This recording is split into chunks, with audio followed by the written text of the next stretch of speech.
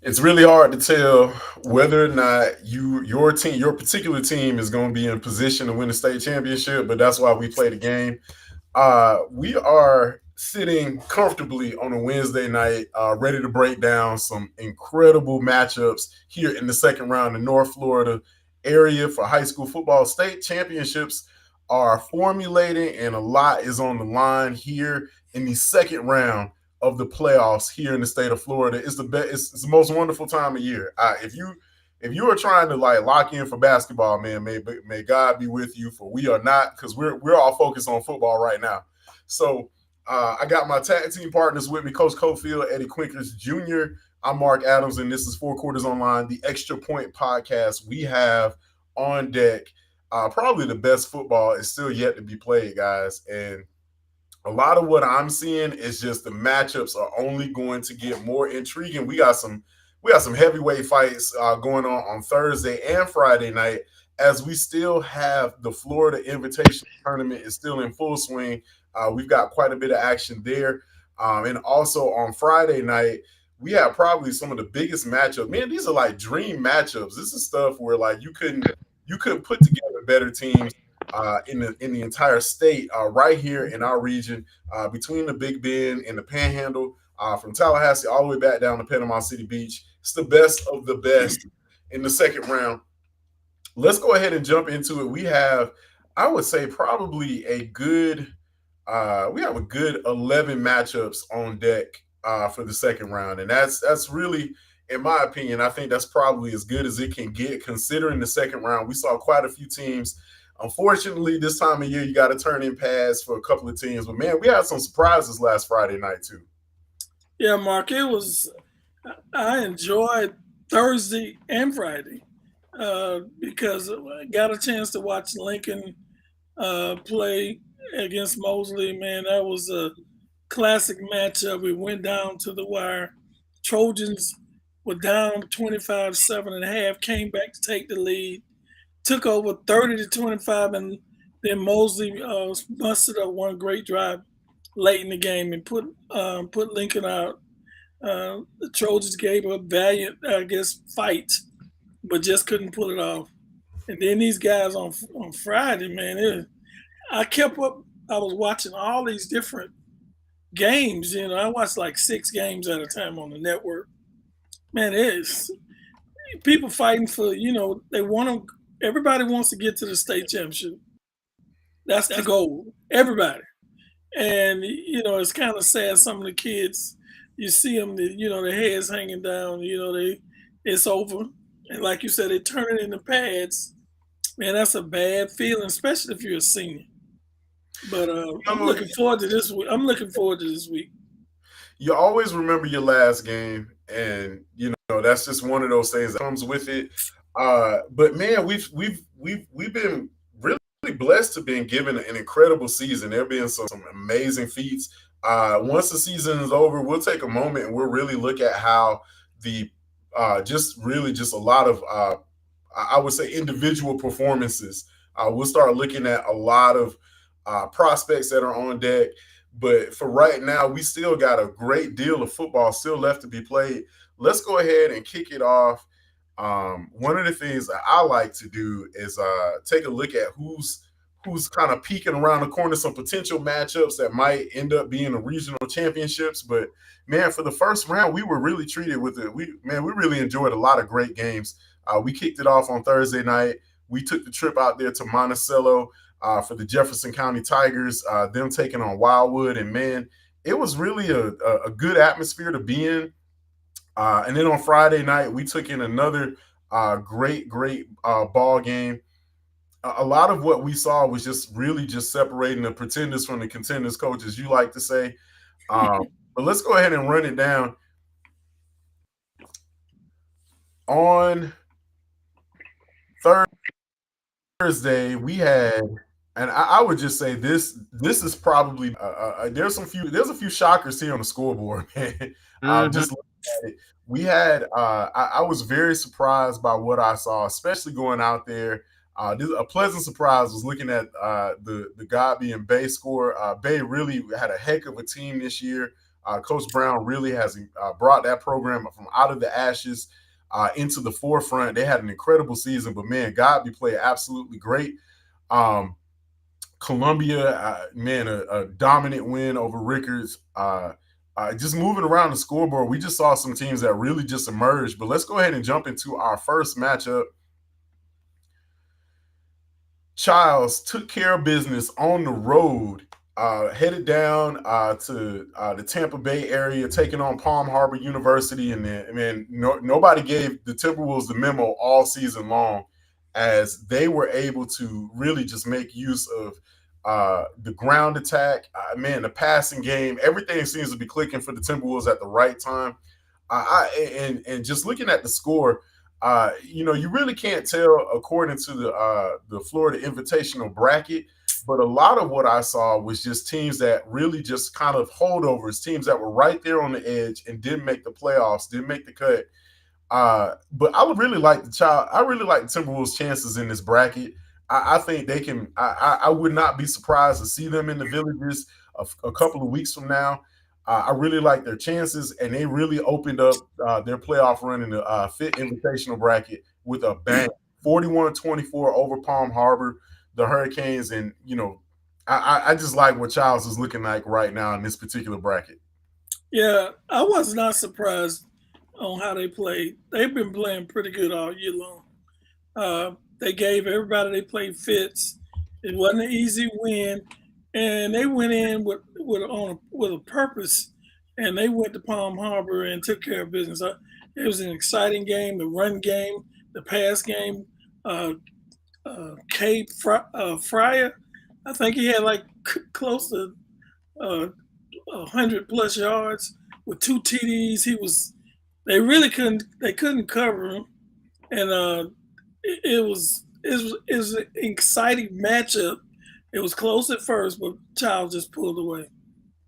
Yeah, absolutely. All season long, we've seen the Charles Timberwolves play good football against top-notch competition, against Wakulla, Lincoln, Florida High, and in victory and in defeat, man, this is a team that's kept it close.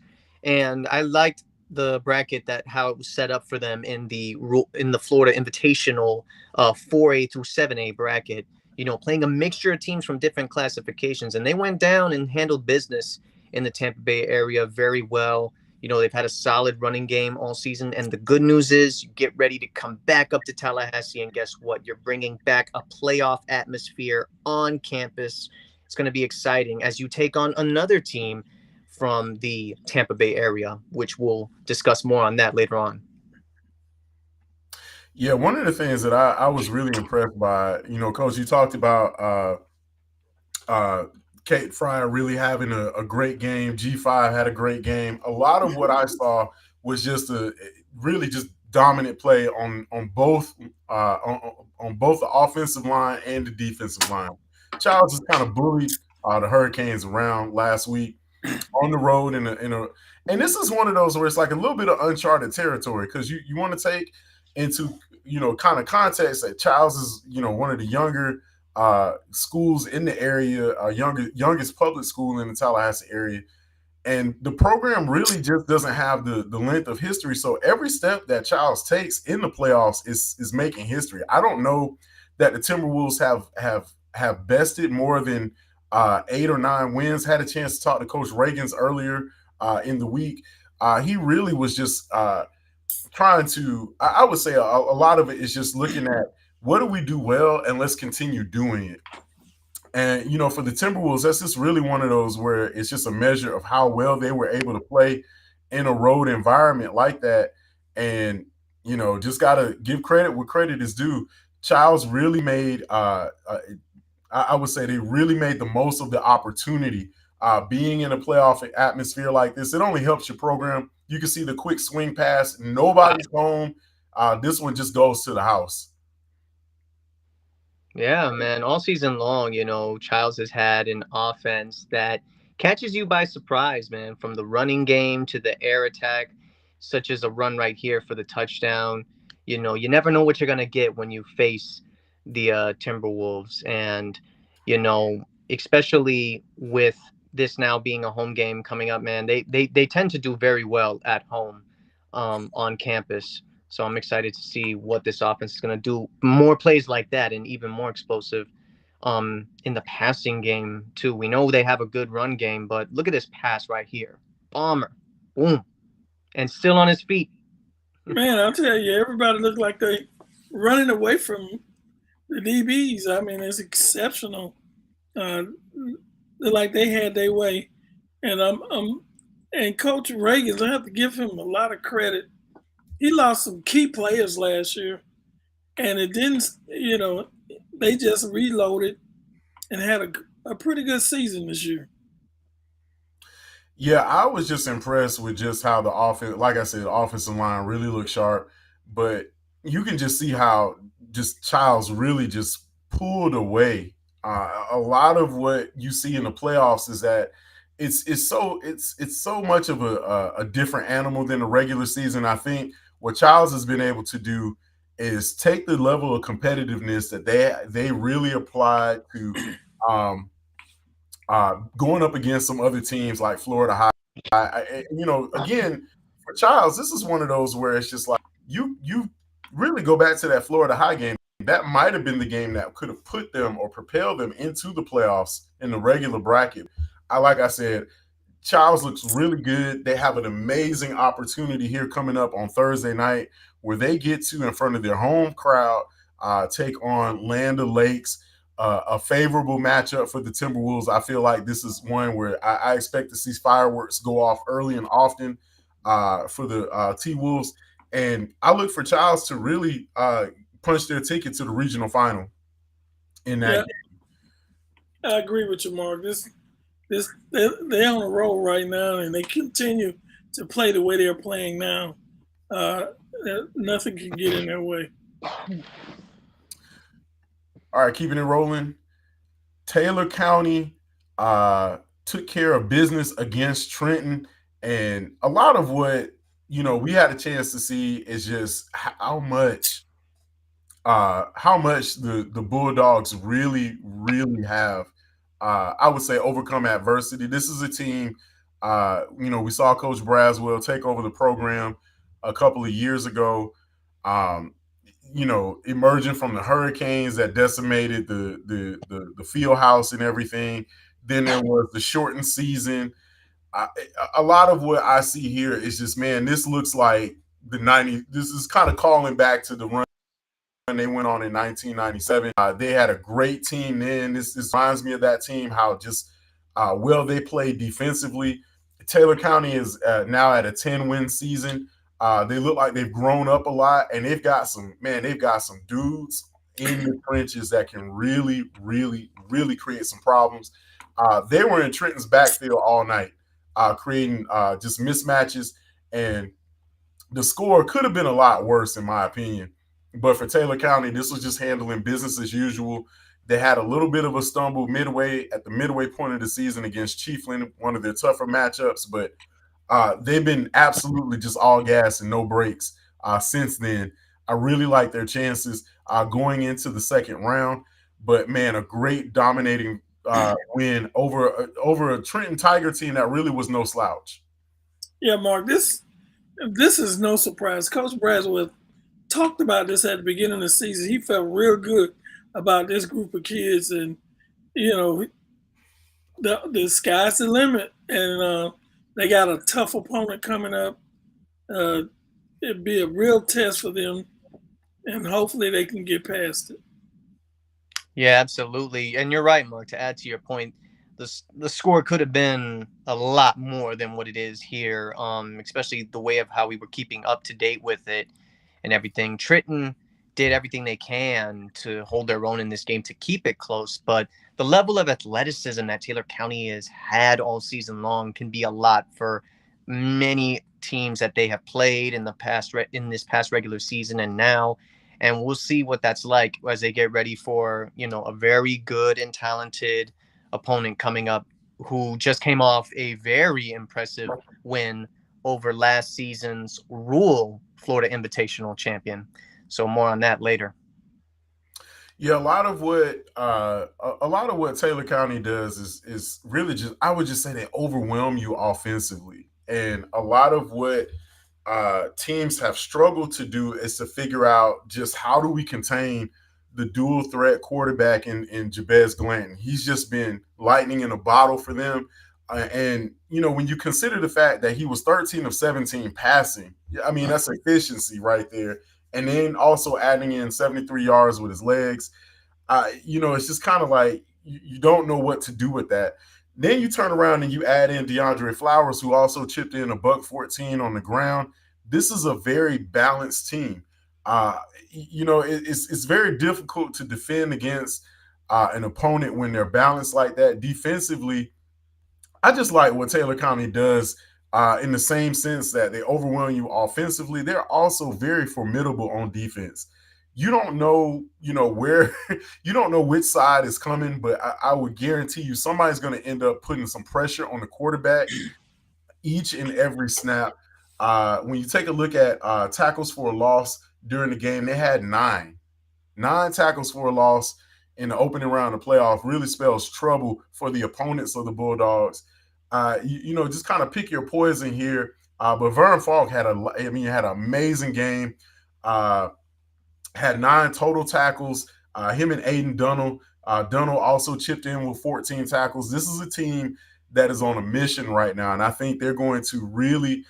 And honestly, when you don't want to look ahead too much, but if they're able to get past Pahokee at home, which is arguably, I don't know where you want to play Pahokee, but you definitely want them in your building.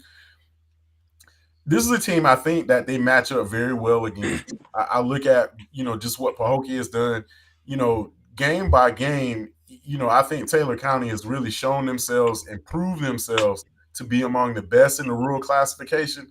We'll get to the breakdown of that game in just a moment, but for right now, Taylor County sitting at 10-1. Their record is everything of what it should be.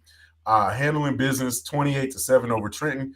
I really would like to see how they're going to utilize more of the passing game, because you got Mingo, Johnson, Ellis, and Boggs all in on the action for this first round game. To see them spreading the football around more in that second round matchup.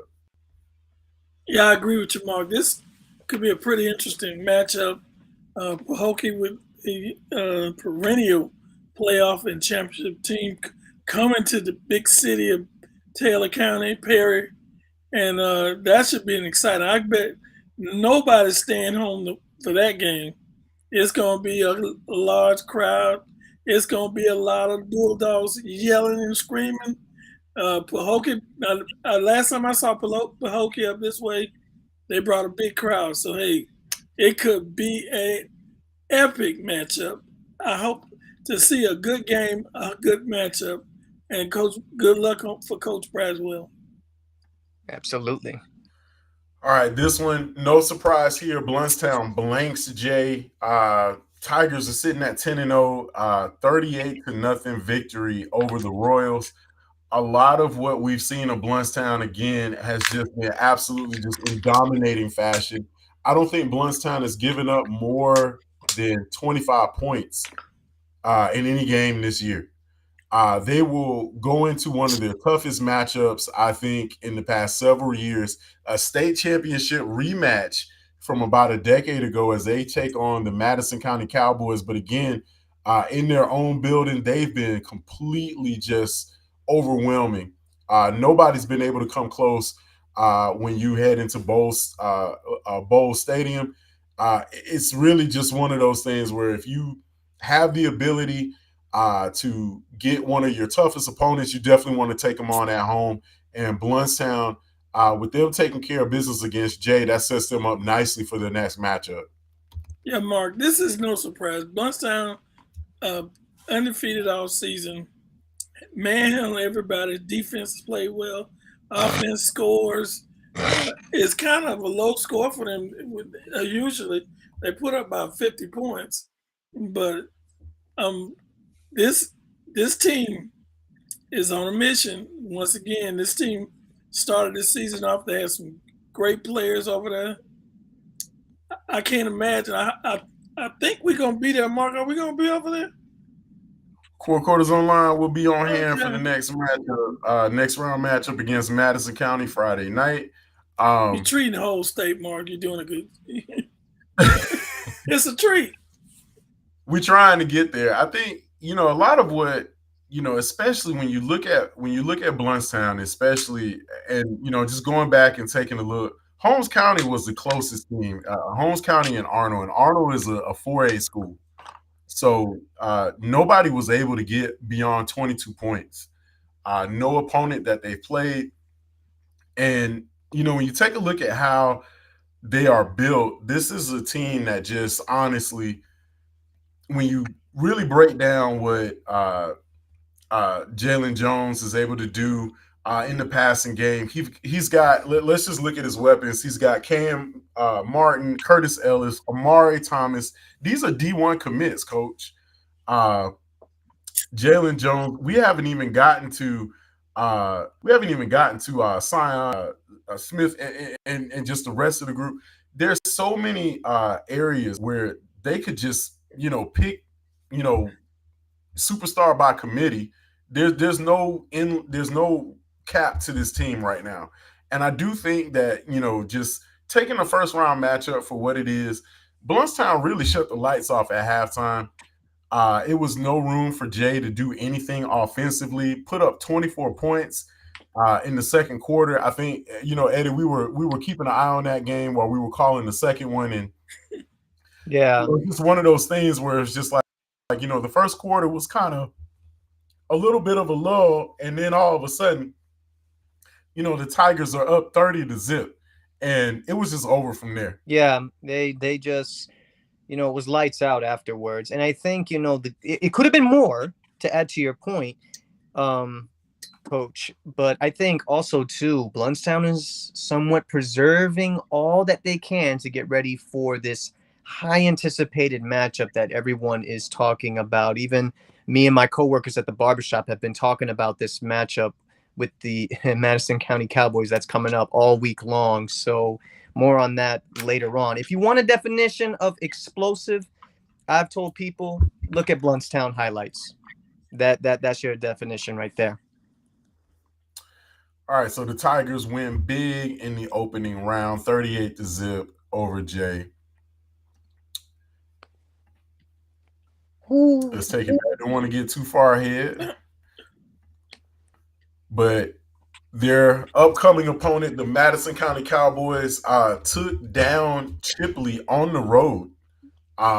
Went into Chipley and just held the Tigers to one of their lowest scores. A lot of what Madison County does matches up very well with what Bluntstown does. You're going to be seeing both teams. I think the added advantage of what Madison County has is their schedule. Mm-hmm. Again, when you go back and you take a look at what Madison County has done in the scheduling department, it is. I mean, it's scary to see the kind of schedule they put together. And really just to take a look at it, I mean, Madison played a who's who. They played a 7A school, a pair of 5A schools. Everybody was outside of their what you would call their weight class. They went DeLand, Lincoln, Swanee, Columbia. Those are all 5 and 4A schools. Then they went Bay, a 3A school, Pace, a 6A school, Rains, out of Jacksonville, Florida High, Apopka, and Lecanto. When you go through Murderers Row like that, it's almost like getting out of prison. It's like nobody's gonna mess with you. Yeah, you don't see too much at that point. And Chipley put together, arguably, they were one of the better teams in the area. Their only loss was, a home hiccup to Holmes County, one of their rivals. Midway through the season, they finished the year 9-1, had a dominant win over Lafayette at Lafayette. And Madison County came into Chipley and shut the lights off and left. Well, Mark, I watched this game and I got there watching it maybe in the late in the first quarter, early second, and I was surprised. They were moving the ball up and down the field. it really the score is not indicative of how much they dominated. And I know 43-8 is a lot of points, but they at halftime this game looked like it was over. And I was surprised because I saw Chipley all year long, and they battled with everybody they played. But Madison just they manhandled Chipley, and it wasn't that close. Yeah, all season long we've talked about the strength of schedule of what Madison County has, and when you take on that high level of competition, it just does nothing for you but make you better, as opposed to, your regular competition that plays either within themselves or sometimes challenge themselves outside the box. But Madison County all season long has just been a team that has a very talented run game. As you can see, plays like this just right up the side and taking it all the way into territory. And when you have playmakers that can score from the pass, the run, it's very hard to stop. And the thing with Madison County, too, once they get going, they do not stop. And plays like this are a prime example of it. And I think it's going to be a good test. Yeah, look at nice block. Yeah, so it's going to be a very good. This is going to be a test for Bluntstown, to see what they can do. The question will be, we'll talk more about that matchup later. Is the level of athleticism of both schools and what it will be. And you can see there that it's just it's hard to really encapsulate what makes Madison so good. But I just look at how the offensive line they just turn into a brick wall. And Chipley's defense is no slouch. We talked about their success during the regular season. Again, this is a team that going into this game was 9-1, one of the top five in the rural classification. Had put together a phenomenal season, very dominant season. Had already been battle tested in Madison County. Man, their offensive line, man, they just kept the quarterback's jersey clean all night. So Chipley. Yeah. Had an opportunity in the first quarter, and that was it. They weren't really able to do anything. We saw the one lone defensive touchdown. Madison County, like I said, 15 points in the first quarter, another 28 in the third, and in the second, and the game was over. Coach, like you were saying, it was pretty much a wrap at halftime. And for LJ Crumity, it may seem like a ho-hum night, only 46 yards in the air. But when you look at the ground game for Madison County, it is running back by committee. 1, 2, 3, 4, 5, 6, 7, 8, 11 guys with carries on the night for 284 as a team. Nobody really stuck out. It's just a matter of who's getting the ball and how many yards are they going to grind out. A lot of it just has to do with man, which guy do you tackle? You don't know. As long as this jersey don't have anywhere between 55 and 70 something, anybody could get the ball, and that's really how Madison goes to work. Again, you don't really see so much of the one lone superstar, but I look at the number of tackles for a loss. Madison County had 14 tackles for a loss. They were absolutely destructive in Chipley's backfield. You can't get a playoff like that when you got somebody, really, breathing down your neck like that. Quarterback running for his life, not really able to get a playoff. And, honestly, Madison, this is what makes the matchup against Bluntstown so crucial, is that you see both teams defensively, they look like mirrors. Mark, this one thing about Madison with that tough schedule, they probably can't get anybody easy to play. Most coaches hang up the phone on them if they call them. This group of guys, Madison is perennial state champs. They constantly and they have that culture. The culture they used to winning, and they play. If you ever went to their practice, you'd understand. They practice hard. Everybody's accountable for each other. Nobody takes it easy on each other. They fight. Practice is tough. That's one thing I noticed. I went to a couple of practices, and it is man on man, and nobody's taking it easy, and nobody else. And this game coming up we talk. I guess we'll talk about it later. Somebody got to lose, and it'd be sad for two of the best teams in rural playing each other right Yep. off the bat. It'll be an electric atmosphere. We'll get to that matchup coming up in just a moment. Keep it rolling.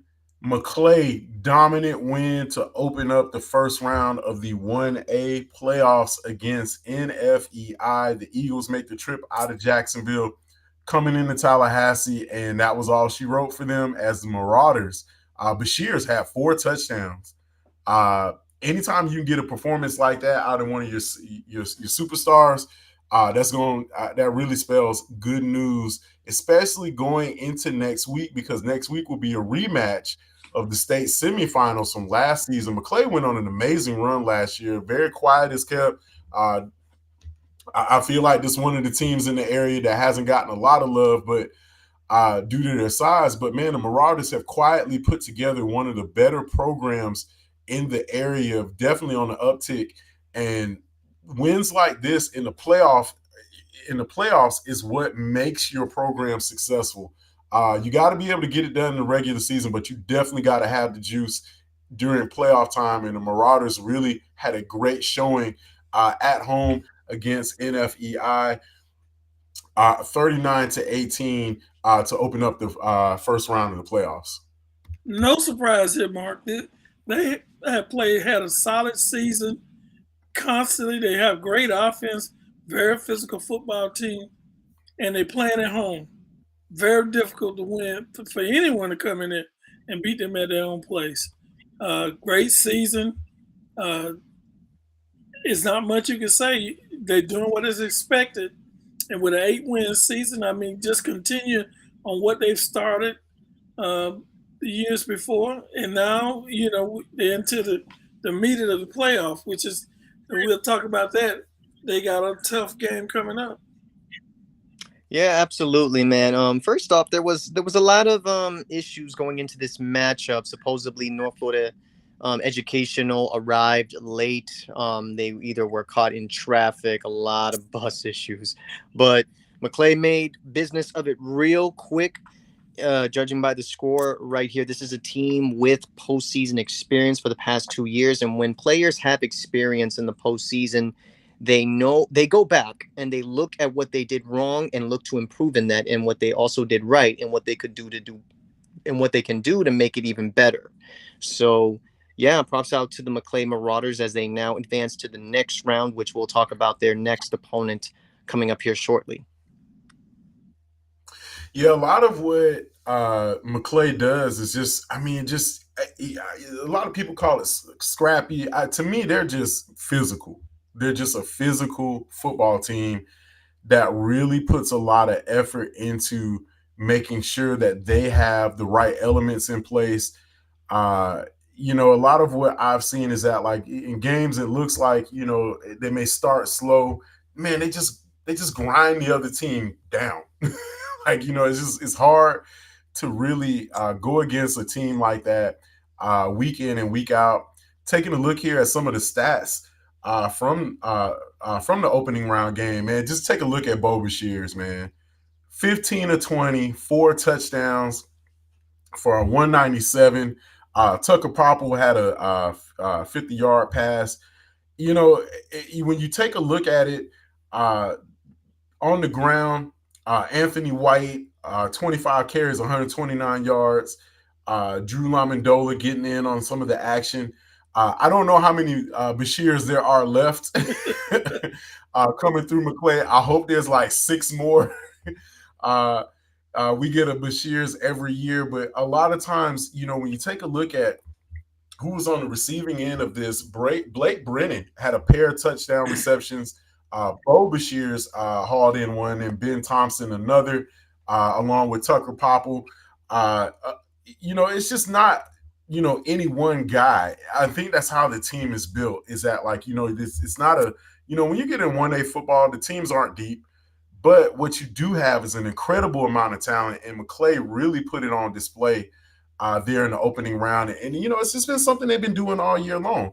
McClay hasn't been the super flashy team, but man, do they play absolutely physical on the line and in the trenches. Then once they get the line established, man, all the tricks start coming out. You start seeing guys really break away, having 100-yard night games, and I think that's what makes this team so special. They get a chance to kind of avenge last year's loss against Trinity, a team that they really put on the ropes last year. If you go back and you look at that game from last season, they really stretched Trinity Christian, and they went the distance with them. Matter of fact, they led in that game in up until the fourth quarter. So this is one of those where it's just like had things bounced differently. McClay could have been on the state championship or state runner-up side of things, but they get a chance to kind of go back into Jacksonville. It'll be a tall test for them, but again, this is a team that I think has matured a lot. They've got a lot of guys that are more seasoned and really have been able to really establish themselves as one of the better teams in the area. Picking it up, we were on hand for this one. We saw this one live in person. Florida High took care of business against Baldwin, and for the Noles, this was exactly how you want to kind of and I would just say, did you have? There hasn't been very many home games for the Noles this year. I think they had 3 scheduled in the regular season. This Yep. is how you want to do it, opening up the regular season at Jack. And for the Seminoles, they were taking on a Baldwin team that was really flying high. They had put up a ton of points in their passing attack, and the Seminoles secondary really just clamped down. The defense stood tall when they had to, and for Florida High, this is exactly what the doctor ordered for them going into the second round. Yeah, this has been a tough season for Florida. Had a lot of injuries, up and down season, but it's playoff time, and when you got a chance to take care of business at your own place, it's a hard place to go into and win. Some other teams in the past have found that, but I'm not surprised at the victory. Watched the game. I watched the broadcast, Mark, and and it looked like they were the better team, and they proved it on the field. Absolutely, man. This was just a fun game. You had all sorts of players scoring left and right. I think quarterback Jeremy got things going on the ground when he rushed in for the touchdown. Lurie got one. Mike Jones got one. All sorts of players on offense contributing. And Florida High's defense finding ways to force turnovers late in the game to prevent Baldwin from a comeback, because Baldwin had found some rhythm like later on back into the game where they were finding their way to inch through, courtesy of a missed field goal that would have made it an 8-point game. That sort of helped out Florida High as well. And Florida High did not panic. They were able to just, stay calm, and the defense took over, of course, like I mentioned, forcing some turnovers, which helped them secure the victory against a team that scores a lot of points. But yeah, nothing better than a playoff win at home that wraps up an undefeated streak at the Shack, a perfect 4-0, and the team now gets ready to take on one of the most highly ranked and teams in the state, which we'll talk about here very soon. Yeah, for the Noles, a lot of what I saw was just bend but don't break, and that really has a great testament to Coach Harley and that defense. Didn't see too many things out of character for Florida High, which is really, in my opinion, given their injuries and the losses that they've suffered. Tegan Hackett's out, starting quarterback's out. Quite a few guys are out this year just due to injury. I think they've overachieved. I mean, had they been full strength, this could be a team that could easily be a 9-2 right now. And a lot of what we've seen it's just been a really scrappy group of kids coming together to just grind out the win. And given the fact that when they needed points, they were able to get them, especially in the red zone. The offense never flinched, even when Baldwin came out. I think there may have been a couple of hiccups on defense where Baldwin caught him not looking, but a lot of this was just Florida High playing Florida High football. Great win at the Shack, perfect 4-0. And now they move on to face probably another tall test. But again, I don't think Florida High is going to flinch going into the next matchup that they have. Again, this team has taken on Thomas County Central, one of the top teams out of Georgia, top five teams out of Georgia. And, for the Seminoles, their schedule was, almost like Madison's. They've started out with Denellen, a great win there. They've taken on God being one. We talked about Thomas County Central, took on Hawthorne, a state runner up. South Walton, Childs, Gadsden County, another state runner up. Madison County, state champion from last year. Bishop Moore, a top five team in the state. And then Mosley. This has been, the gauntlet. And I think for Florida High, if anything, they're definitely battle tested, and I don't think they could be in better position unless somehow maybe somebody can rub some magic on those legs for Tegan Hackett. I know they would love to have him back, but again, this team really pulls together and they find a way to get points when they need it, and they will definitely need it going into their second round matchup. But we'll get to that in a minute. This one here, man, had my eyes raised because I was I think we're just gonna be honest. We had Bay at just such a high caliber in our own eyes. Just watching them play throughout the season, this team could score from anywhere. And for Godby, I think Godby's been playing Jekyll and Hyde all year long. I think they finally found some rhythm, being able to. Get into position where, and we'll talk about their offense in a minute, but Godby defensively has just been, one of those where not sure what we're going to get. We saw them, they went down to the wire against Rickards earlier in the year, went down to the wire with so many other teams where, when I talked to Coach Holston at the midway point of the season, he was just like, man, if we can just play 4 quarters of football, do what we're supposed to do, this team could be undefeated. And man, they go into Bay, and when you look at how a lot of what we've been able to see, just with being able to look at this team, understanding, that they made a quarterback change, being able to look at how. And we'll pull up, we'll get the highlight going in just a second. But man, starting the year out with Landon Doherty and looking at what he was able to do, man, he's already thrown for 2,100 yards. But when you go back and you take a look at the game that they had against Bay, this was just nothing but, being able to, just I think they just put up a lot of points very surprisingly fast, and they just ran away with the game. Mark, I watched this game. I was surprised on how well they ran the football. They did pretty much what they wanted to do. Every time Bay got close, they just drove the ball right down the field and scored a touchdown. It's probably the best game they played all season. They looked like they were ready to play. They wasn't throwing the ball all over the place. They just had a balanced offense where they just did what they wanted to do. They ran when they wanted to run, they ran it. When they wanted to throw, they could throw it.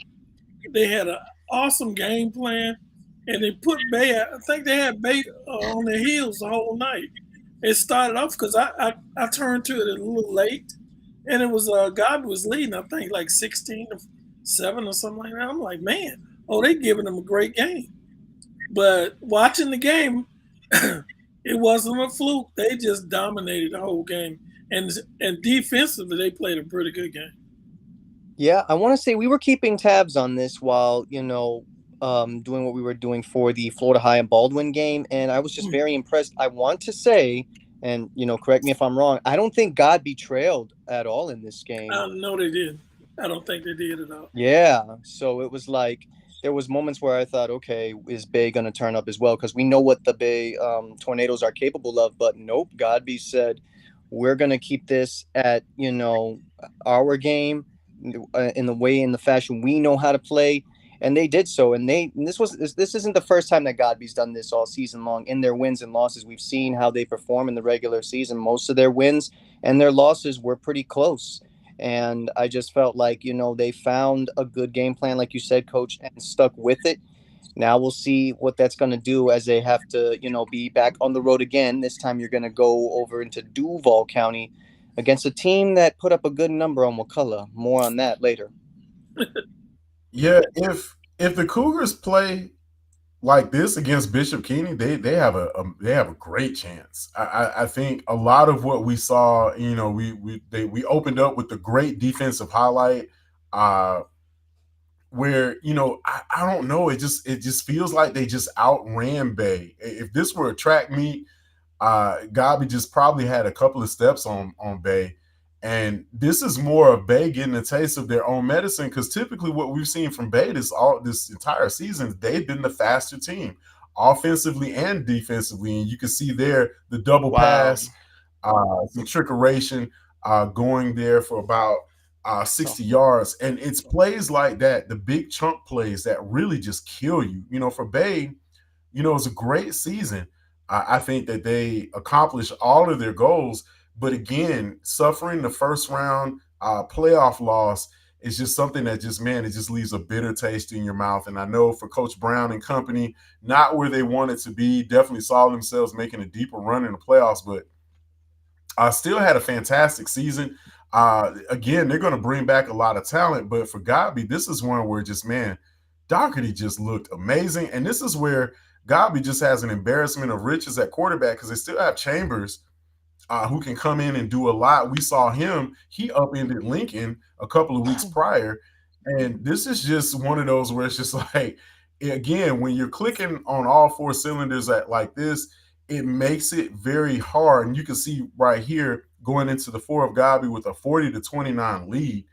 That makes it really hard for opponents to keep up with you when you're getting big chunk plays, and it just turned into a boat race at this point. Yep, absolutely. And we'll see if they'll be able to replicate this once again on the road this upcoming week against a talented Bishop Kenny team.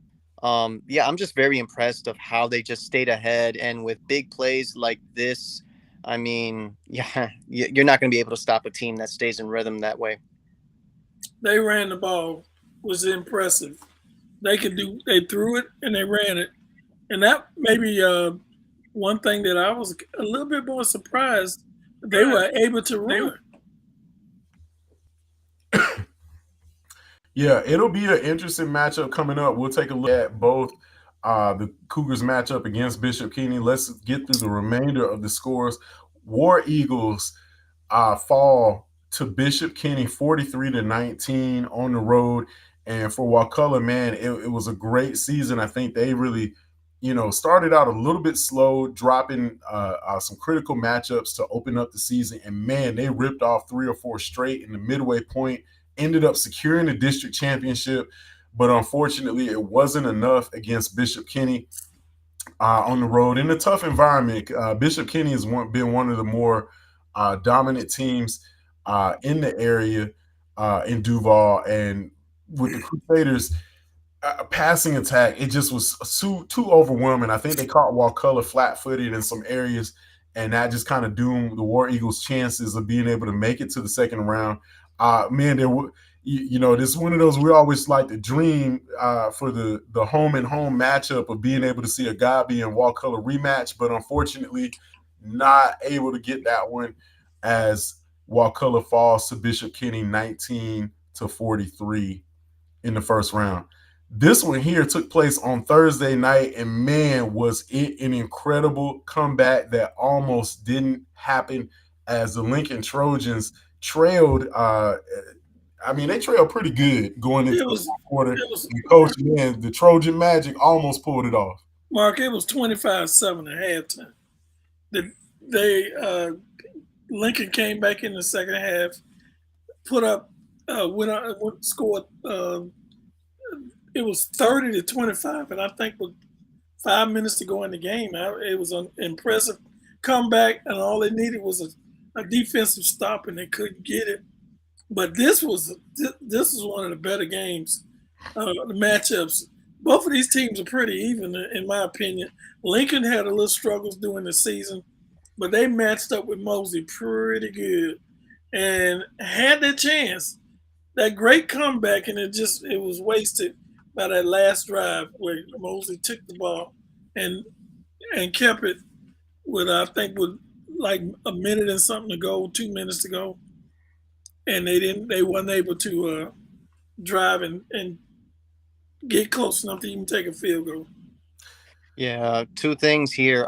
First thing is for that Trojan Magic to almost like have a full effect, and this was a classic. I mean, this is the way that you would have expected to see the game go. You wanted, something good, and when it was, we were keeping tabs on this, Mark, while in Monticello, and we're like, man, what's going on? But then out of nowhere, boom, they find a way to come back, just come up a bit short, and having explosive plays like that to kind of still keep the team in it.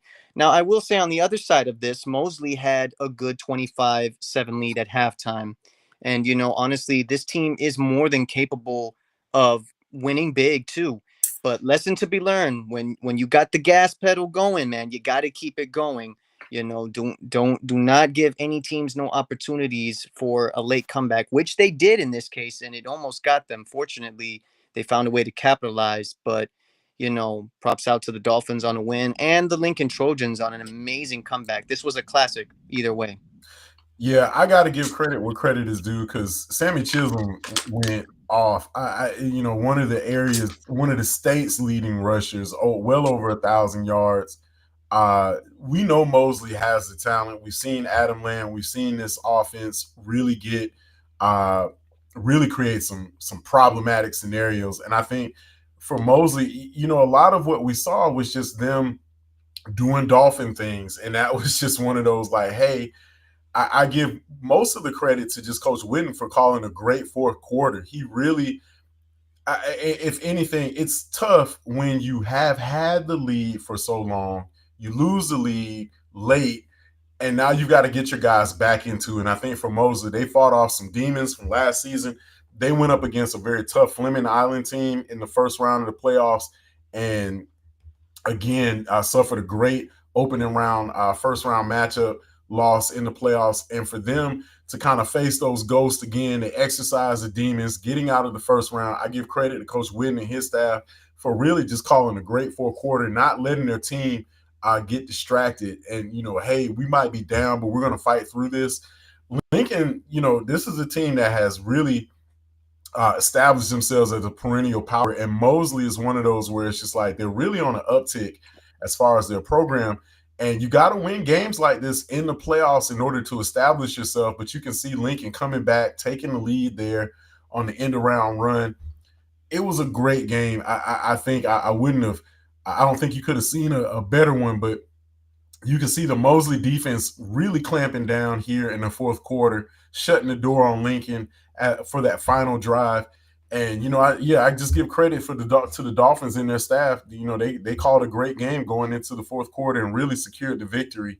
And that allows you to kind of, I don't want to say breathe easier, but because the playoffs you don't get to breathe easy at all. But Nope. one of those where you definitely want to get over the hump, and I think the Dolphins really proved that they were able to do that. I agree with you, Mark. We watched them all season.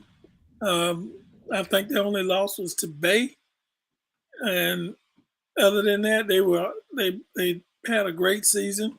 And I know they were looking down the barrel. The Lincoln Trojans had opportunity. They had a great drive there in the fourth quarter. They put themselves up 33-30, which as a coach, I know it was tight. I know how he feels in that situation. And it's exciting because you don't know, because you're talking about a quality opponent in Lincoln Trojans. And congratulations once again, Mr. Coach Witten. So Mosley exercises the demons from last season, getting bounced in the first round. Dolphins moving on to round two. Lincoln, unfortunately, lights go out for this season. 2025 was a great year for the Trojans. A lot of what we saw was them taking on some quality opponents that were outside of their class and still being able to remain on top of the district for so many years in a row now. I think it's got to be going on like 20 plus. But Mosley moves on in the Class 5A playoffs. They will get a tougher opponent next round. We'll go over that in just a second. But let's review some of the scores from the opening round. had a chance to take in some great 4A football, but Columbia blanks Rickards 35 to zip. Arnold falls to St. Augustine 70 piece, and that would do it for the Marlins and the Raiders respectively. But Columbia is still alive in the 4A playoffs, keeping it rolling. South Walton took care of business as they jumped all over Freeport. Really was a great atmosphere out there on the Emerald Coast on the beach. Both teams, I think, probably only maybe about 15, 20 minutes away from each other. But Seahawks take it at home. Great first round win in their brand new digs, 42 to 3 over Freeport. Bozeman falls to Pensacola Catholic in a rematch from earlier this year, I believe, 48 to zip. But congrats to Coach Pettis, won the district in his first year at the helm of the Bucks. No doubt we'll be seeing that program go in the right direction as they move forward next season. Walton falls to Bowles, and man, tough opening round draw for the Braves as they fall to the Bulldogs, 63 to 13. Other scores from around the area: Sneeds gets handled by Chiefland, 44 to 6. And then Lafayette, this one was a little bit surprising to me, but man, give credit to Williston. They took care of business against the Hornets, 42 to 14. Expected that one to be a little bit closer. Great season for the Hornets. This one, Red, man, we were pulling for those dogs a little bit after the Coach Tranquil really got the program back on track. But just too much too much Baker in the Gators as they pulled away from Liberty County, shutting out the Bulldogs 35 to zip in the first round of the rural playoffs. Man, we were on hand for this one for Jefferson County and Wildwood, Eddie. Great atmosphere out there in Monticello, but man, too many miscues by the Tigers as they let Wildcats come into the building and kind of up in their chances. Man, Tigers had their opportunities, just couldn't take advantage of them. Wildwood had a big third quarter kick return that just kind of put the game out of reach. And Wildwood takes as they are moving on to take on Fort White this week as they take it over Jefferson 28 to 12. Weaver Hitchcock falls to Central 28 to 20 as the Jaguars will take on Port St. Joe this week, and that will do it for the opening round of the playoffs, man. It only gets tougher from here. The higher you go, the thinner the air gets. So let's go ahead and not waste any time. Port St. Joe, 4-5, man, been waiting on this one. I know the Tiger Sharks were on the outside looking in at the playoff picture earlier, but with them being able to take on Central, they get a chance to actually, say, hey, we are that team, and they get them at home down there in the Joe. I really like the Tiger Sharks in this one. I think this is a team that's been chomping at the bit. They really have had some dominant wins. They took care of business against Rutherford in dominating fashion on the road. I think this team with the extra, and this is a team that's been offered, I think, for almost 3 weeks now. I think they're going to be ready to play. Yeah, Mark, I think this would be a nice matchup. Both of these teams look like they're pretty even. Playing at Port St. Joe is not an easy place to go try to get a victory. And I look for the Tiger Sharks to kind of make it a whole lot more difficult than they had it last week playing Central. Yeah, absolutely, man. I'm excited to see. Like Port St. Joe, there are several teams in the rural division of the Florida Invitational that have had an extra week of rest. So it kind of gives them like an advantage in a way. But, at the same time, I'm not going to take anything from the Central Jaguars, too. They're still probably well rested and are still on go mode. So this will be a good game to see how it starts off in the beginning. But the Tiger Sharks having a big opportunity, not only in a postseason game, but also a chance to even their record at 500 and to continue moving forward in this tournament. Yeah, I think this is what makes the rural not only the rural classification so interesting, but also the invitational tournament.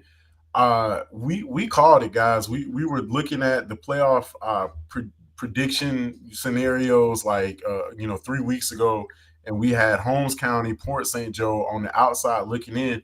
But let's take a look at the Tiger Sharks schedule. Man, Holmes County, a 9-8 win. Liberty County a dominating 45-7 win. Both of those were playoff teams. They had the tough loss against Bluntstown, but man, this is the one where I really like to look at. Man, they put Leon on the ropes. It was tied. It was knotted up at halftime before Leon was finally able to get the final score.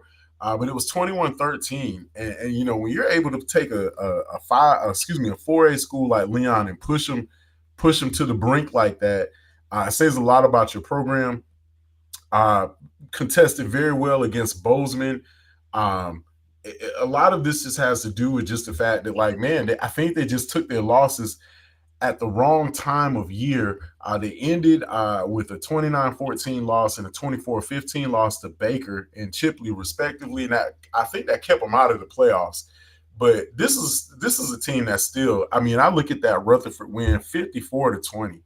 That's kind of what you expect to see. I like the Tiger Sharks in this matchup, and I like them big.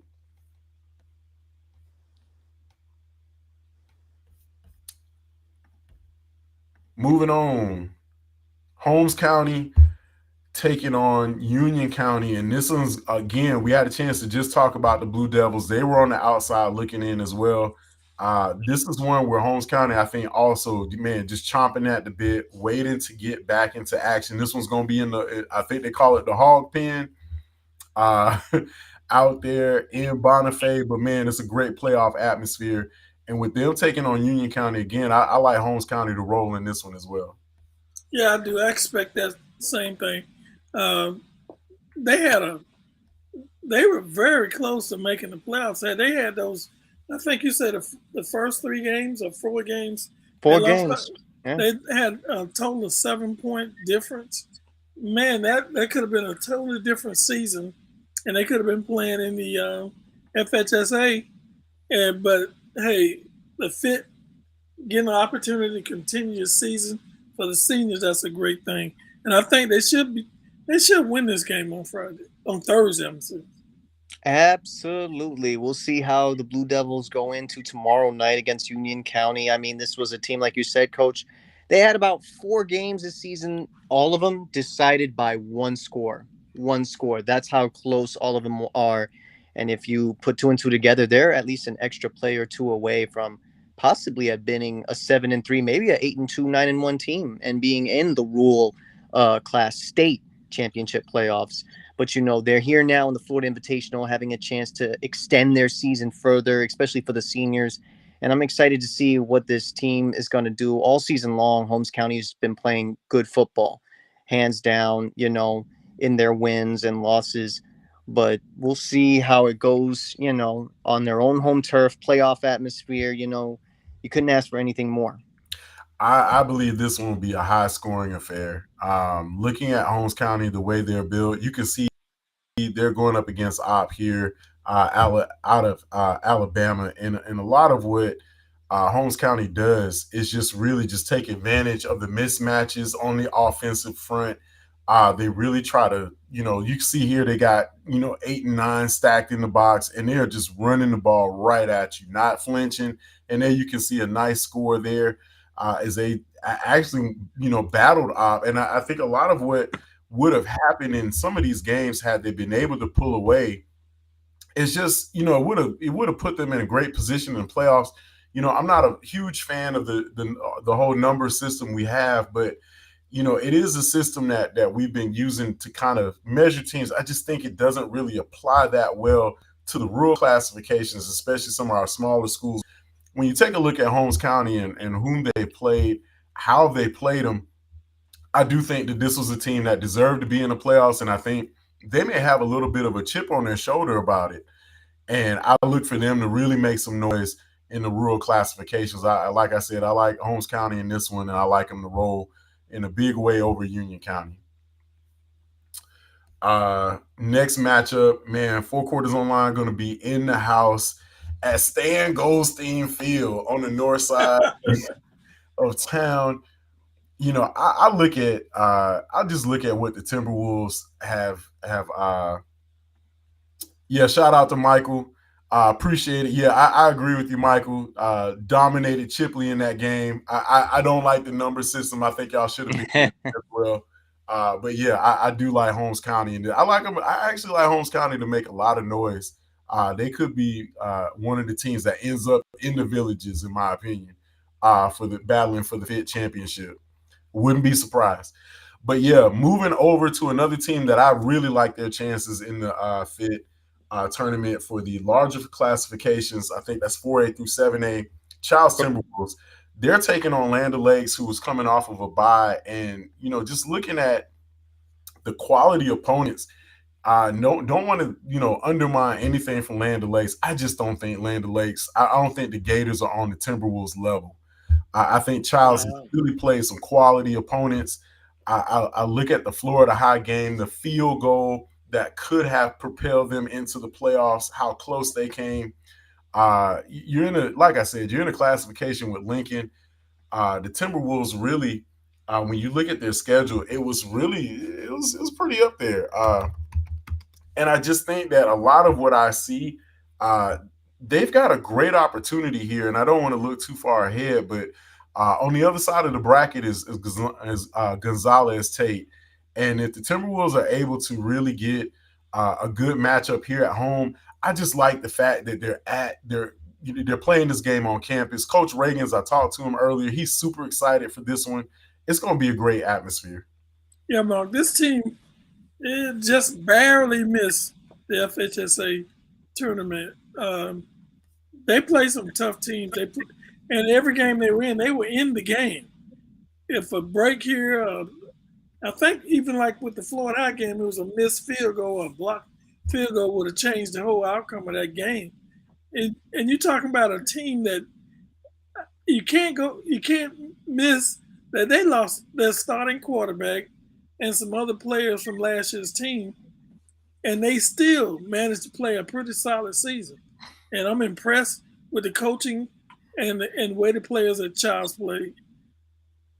Yeah, I mean, this is going to be an exciting game between this matchup. And I want to say Childs being 5A and Lando Lakes representing either class 6 or 7A. So this is going to be a very good and interesting matchup.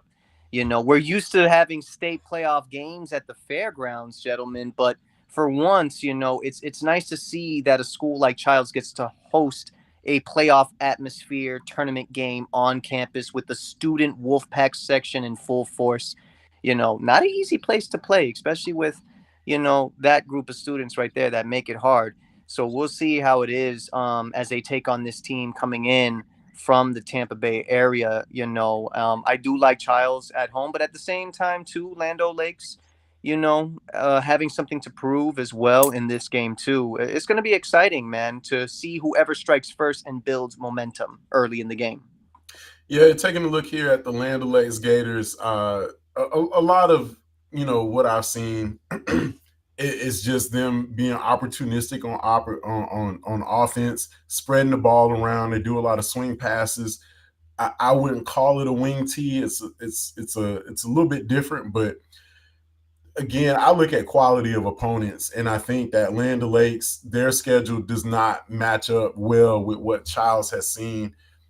Childs went into Wakulla, they went into Crawfordville and won. You don't see that too often. And a lot of what I think Childs just has the right mixture of being able to look at how they've played against, the Lincolns and the Gobbies on their schedule. And I just like this matchup for them strictly for the fact that they're at home. And I think the Yeah. atmosphere will be like something that we've never seen on Childs' campus before. It's going to be a first for them. And really, if they're able to kind of, if some dominoes fall their way, they might be able to host another game going into next week. So we'll see how things shake up. But man, Four Quarters Online will be in the building on Thursday night. Catch that one on the NFHS network, broadcast and live stream live by Four Quarters Online. But yeah, second round matchup, Timberwolves 75 taking on Land Lakes Gators at 5-5 on the north side of town. So I like that one. Man, it doesn't get any bigger than this one. Yeah. Gentlemen, I think we might have the main event. Man, I like Taylor County and Pahokee. We're gonna get to that one in just a second. But man, it does not get any bigger than this one. I I don't think you'll see a bigger game at Bowl Stadium. I don't think there's been a bigger one, in the past like 10, 15 years. The Bluntstown Tigers, undefeated, 10-0, taking on the Madison County Cowboys, the visiting Madison County Cowboys at 6-5. Throw the record, just take the records, ball them up, throw them away. You don't need those. This is rural football at its finest. I liken this to like Iron Bowl or like any SEC matchup during rivalry week, the Egg Bowl, man, you Palmetto Clap, man, whatever. These are, and in a lot of ways, this might be a state championship matchup. You're getting Madison, who is defending state champion, against Bluntstown, undefeated, looking for a state championship. Yeah, call it how you want to, but man, Four Quarters Online will be on hand for this one on Friday night. So we're not gonna leave y'all hanging. We're gonna give you two of the best matchups we can get. So yeah, I like this one as well. Mark, Four Quarters is everywhere. Look like in the Panhandle, but this matchup is this matchup is what you want to see. If these two teams, as far as high school, this should be on. It could be on all over the state, in which it will be. But it's an exciting matchup when you know Bluntstown undefeated. As a coach, I would. This is the kind of matchup you live for. You want to play against. I want to play against the best. I want to match myself up against the perennial champ. And Madison, they want to knock Bluntstown off the top. They love to come in. I don't know if you could call them an underdog. Their record don't mean anything. I mean, they're one of the best teams. Everyone knows it. This is the kind of game, as a coach, I would love to be a part of. Yeah, I don't know that you could have an underdog in it. I think you just got two dogs. Madison can't be an underdog. Madison can't be an underdog. I mean, the way how you view this matchup, like I said earlier, my coworkers and I, we've been talking about this. This is hands down probably the game of the week for us. The determination of Bluntstown, how explosive they are, and the season they've had versus Madison County, of course, obviously the reputation they have in this classification of the rural division, man. It's just something that, you look forward to. And for Bluntstown, this is a chance to make a statement. And I'm curious, Mark, you said, let's go back in time. You said this is a rematch of a state championship game about 10 years ago? Yeah. Was that long ago? Was it that long ago? It might be longer than that. I think we were at the game. I was at that game.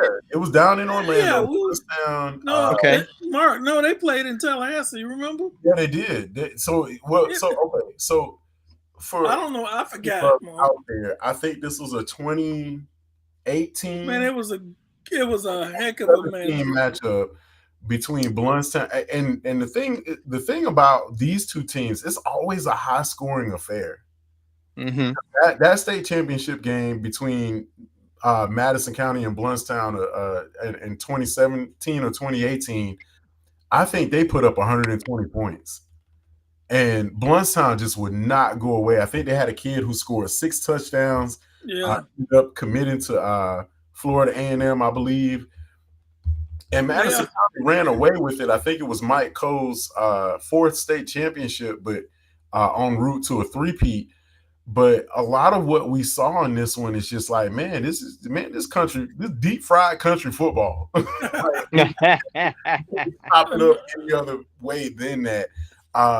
Again, catch this game on the network. We will be in the place. Had a chance to talk to Coach Wagner. He's super proud of this bunch. This is a team that I think has done everything that it can do to put itself in position. But these are the games you got to win. So for Madison County, it's just more so I think they have survived so much of the regular season to get to this point. And I think for Madison, this is another big test because you're going up against a team that hasn't taken anything from anybody. We talked about Bluntstown haven't given up more than 22 points in any contest. And for Madison County, they've seen the best of the best around the state. They've been on tour. You call it a statewide tour, taking the talents in their showcase on the road. into some of the 7A, 6A, 5A, 4A, all points in between. So whatever you want in a football game is going to be here on display. Talent for talent. I do think some of the hidden elements is just, for me, I do like the fact that Bluntstown starts very fast. They put up points in the first two quarters and they just kind of shut the lights off on teams. And for Madison, a lot of what they do is they just kind of have been a grinder, making sure that they hang around with you. But this is the one that we anticipated. We saw this at the beginning. We looked at Madison's schedule and was just like, man, if they can stay healthy and they can make it through the regular season, it'll pay off dividends. And so this is the test. I predict the winner of this game will go on to the Villages. It's too much talent on both sides of the football for this one. Again, take the records, just throw them in the garbage. You're about to see some of the best football. This could either be a high-scoring affair. I wouldn't be surprised if it was a low-scoring affair. I wouldn't be surprised if this one was 10-9 or 12-13 by the end of the game, because I expect to see a huge defensive battle. I mean, I expect that too, Mark. And hands down, I've never been out there to Bluntstown. This will be a first for me, like it was last week when I went to Monticello for the first time. This will be a first time for me going into Bluntstown. I will not be surprised if we see the town completely deserted, as everybody's going to be at that stadium. Absolutely. Get there early.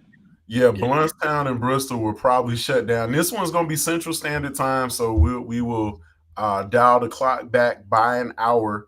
But man, there's nothing like being in Bluntstown for a playoff game. 12 o'clock thing's gonna be, people gonna be I promise you, tailgating out there. And it's the same atmosphere in Madison. This is what we like about it. So Cowboys will make the trip across I-10, crossing the river, dialing the clock back into Central Standard Time Zone to take on the Bluntstown Tigers. Yes, Blake, it's going to be thick. It's going to be cold peanut butter thick out there. It's going to be everybody and their mama and their cousin out there. I know. I know. I'm so excited because I'm going to grab me a plate and I'm head up to the press box and get ready. And me too.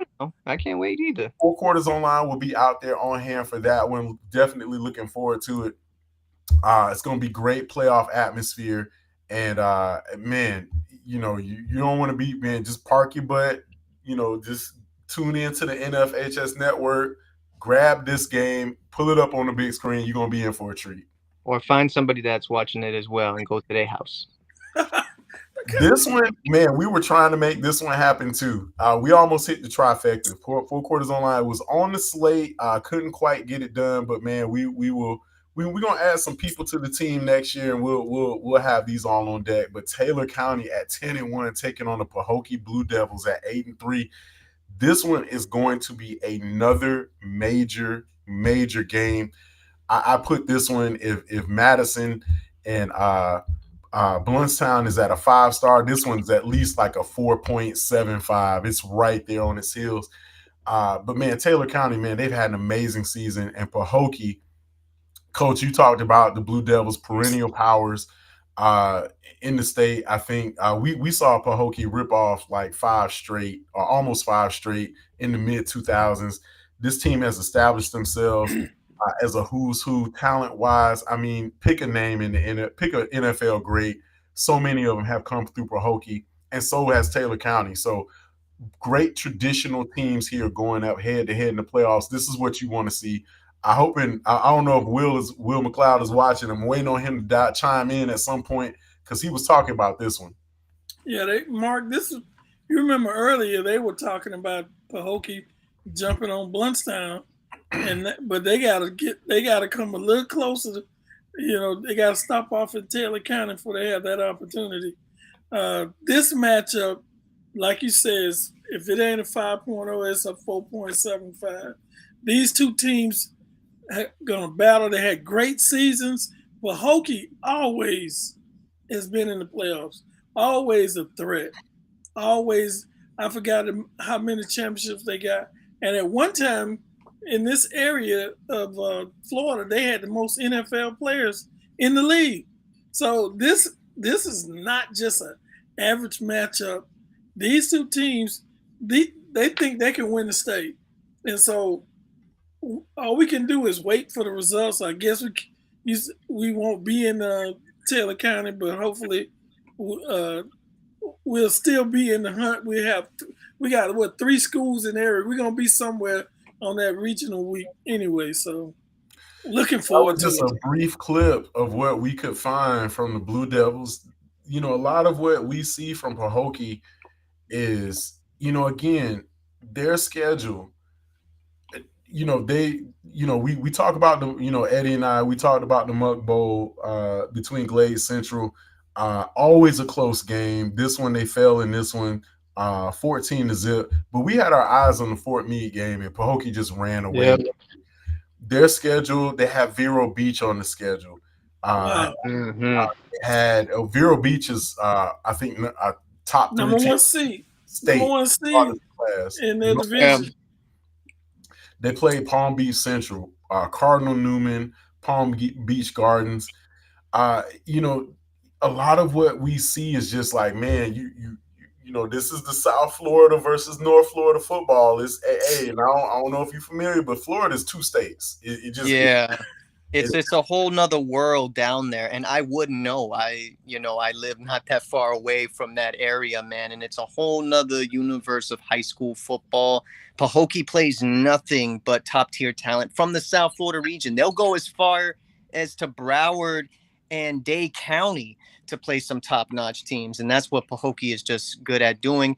And Taylor County, respectfully, is a program that challenges itself up here in the North Florida region. We've seen this team come to Tallahassee and play its fair share of talent, go to Panama City, Pensacola, and then as far as going back to the Jacksonville area. So when you have two storied programs facing each other, man, you're in for a classic. And make no mistake, that fan base from the Muck City territory is going to travel very well. And this isn't Pahokee's first go-to up here in the North Florida region. I think a few years ago, we saw this team go toe-to-toe with Madison County. So and they handled Fort Meade pretty well down there. They led the entire game. Fort Meade couldn't find a way to get it close in any type of way whatsoever. Winners of last year's Florida Invitational Rule Division tournament. So yeah, I'm excited to see what this matchup is going to be down there in Perry. Yeah, Xavier Mitchell is man, he is the one of the engines behind the Pahokee Blue Devil offense. Has already thrown for 1,400 yards uh, through 8 games. Has 12 touchdowns through the air. Um, when you look at it, doesn't turn the ball over very much. I think Pahokee has only had 5 turnovers all season. So this is a team that takes care of the football. You're gonna have to beat them. You're gonna have to beat them straight up. As far as the ground attack, very balanced. Uh, Samuel Arnold, leading rusher, has 1,000 yards. I think he's sitting at 975 on the year, 8 touchdowns. Xavier Mitchell also can run the football. He's also put up 3. So these two teams mirror each other a little bit because we talked about Jabez Glanton and what he's able to do. Pahokee definitely passes the ball very well. They've got at least 6 or 7 guys who have over 100 yards receiving on the year. This is going to be a great matchup. I wouldn't be surprised if this one went into overtime. A lot of this is just going to come down to, I think, just man, if you're in Perry, and I know the Bulldogs are going to be out in full force, I'm gonna have to get one of my good friends who bleeds orange and blue, always on the sidelines for that game to get me some inside intel. But this is really going to come down to, in my opinion, I think which defense can create the mismatch that will allow them to get the other team off the field on third down. And I think it will come down to maybe time of possession, but I do like Taylor County. I will give, of course, pulling for our guys here in the North Florida area, but just for the fact that it's in Dorset Stadium, that's got to be worth a pair of touchdowns by itself with the home crowd. But the Blue Devils travel well, so this one's going to be a great one on deck. In the rural classification, the second round, the winner of this one gets the winner of Bluntstown and Madison. So it doesn't get any easier. So we'll definitely have our eyes on this one. Wanted to be able to get out there for that one, but man, we got Bluntstown and Madison County on deck for the fans and the faithful. So yeah, Taylor County Bulldogs taking on Pahokee Blue Devils. It's gonna be a great one. Man, 1A Marauders. We talked about this one. Marauders get to maybe get an opportunity to exercise some demons last season. Came very close, man, real close. Going back and looking at 2024, that was just a great run that McClay went on. Uh, they took uh, they took Trinity Christian down to the wire in the state semifinals and just weren't able to get it done. But they take on a Trinity Christian team that is really on the uptick. They got some players back the midway of the season, and they've been on a tear ever since. Trinity Christian upended Lincoln at home earlier this year in week number 7, I believe, and just kind of turned some heads there with that victory. But yeah, McClay, a tough road environment. Coach, you've been out there. It's a tough place to play. Yes, definitely. They ain't used to losing. Uh, Playing in Trinity, they started a program. I forgot how many titles they've won in 2A, 3A. They've been in all the A's up and down. And Coach Dominic is a class guy, and this should be a great matchup for McClay. If they could get by Trinity Christian, that's a heck of a measuring stick for a program because that means they done took that big step up. Trinity Christian is always in the fight, always in the playoffs.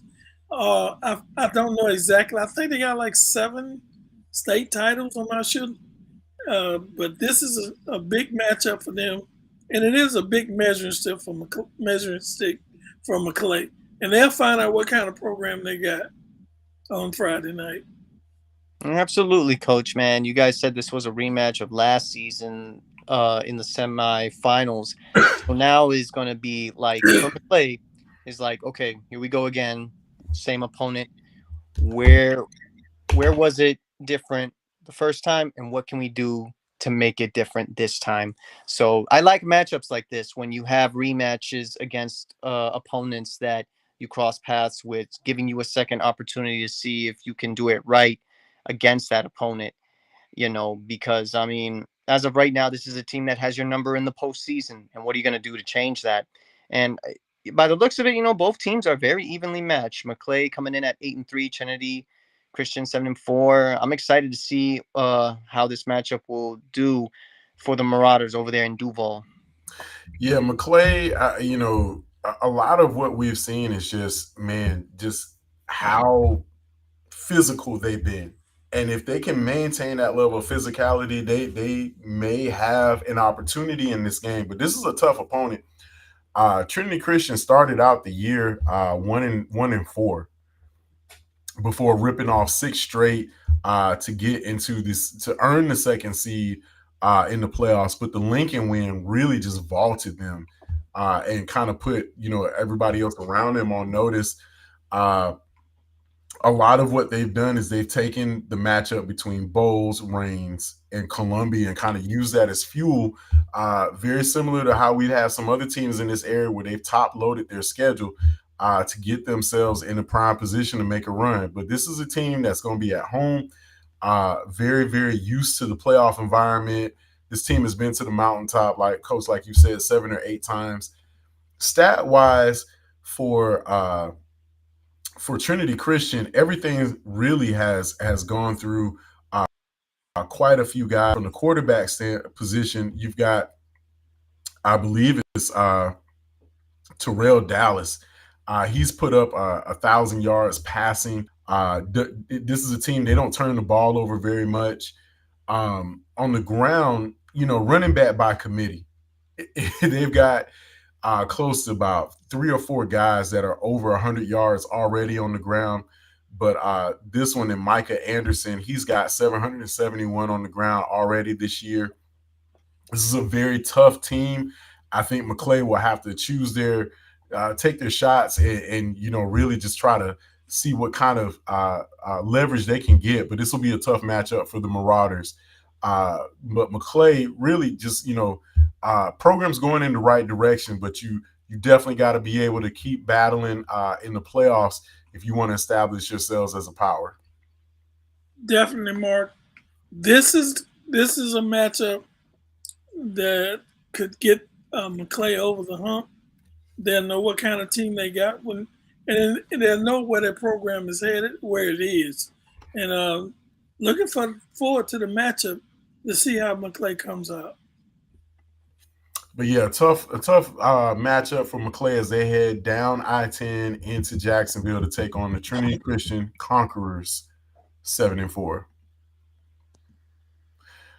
Man, really glad Florida We High got that great victory at the Shack last week because it does not get any tougher than this.